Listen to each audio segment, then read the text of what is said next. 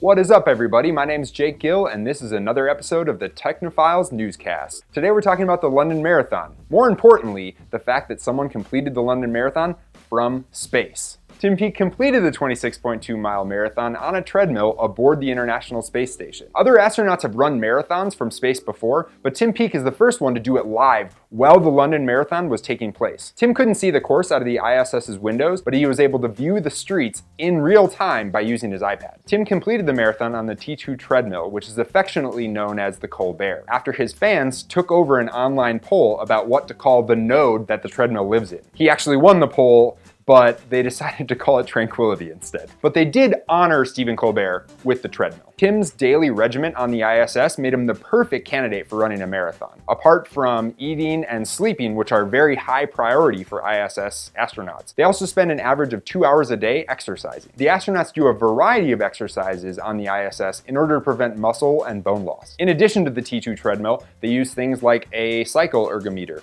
which is essentially like a bicycle where you strap yourself in. The cycle is great for monitoring heart rate aboard the ISS and also just seeing how much activity these astronauts are doing every single day. They also use AREDs, which are Advanced Resistance Exercise Devices. The AREDs are kind of like those rubber band pulleys that you might see on late night infomercials, only a little more technical. The T2 treadmill uses harnesses that are connected to your shoulders and your waist to keep you in contact with the treadmill, because obviously there's no gravity. In fact, when Tim finished the race, it was really cool to see him kind of unstrap and just float away. Tim completed the marathon in 3 hours, 35 minutes, and 21 seconds. Not quite his current personal record of 3 hours, 18 minutes, 51 seconds. Tim still has 2 more months in space, so I think the people monitoring the astronauts in the ISS were really happy when he didn't push it to the extreme. I don't know how fast Tim was running during the race, but the ISS was traveling at 17,900 miles an hour and covering a distance of 60,000 miles during the course of the marathon. Now that someone's participated in a live marathon from space, I wonder what they'll think up next.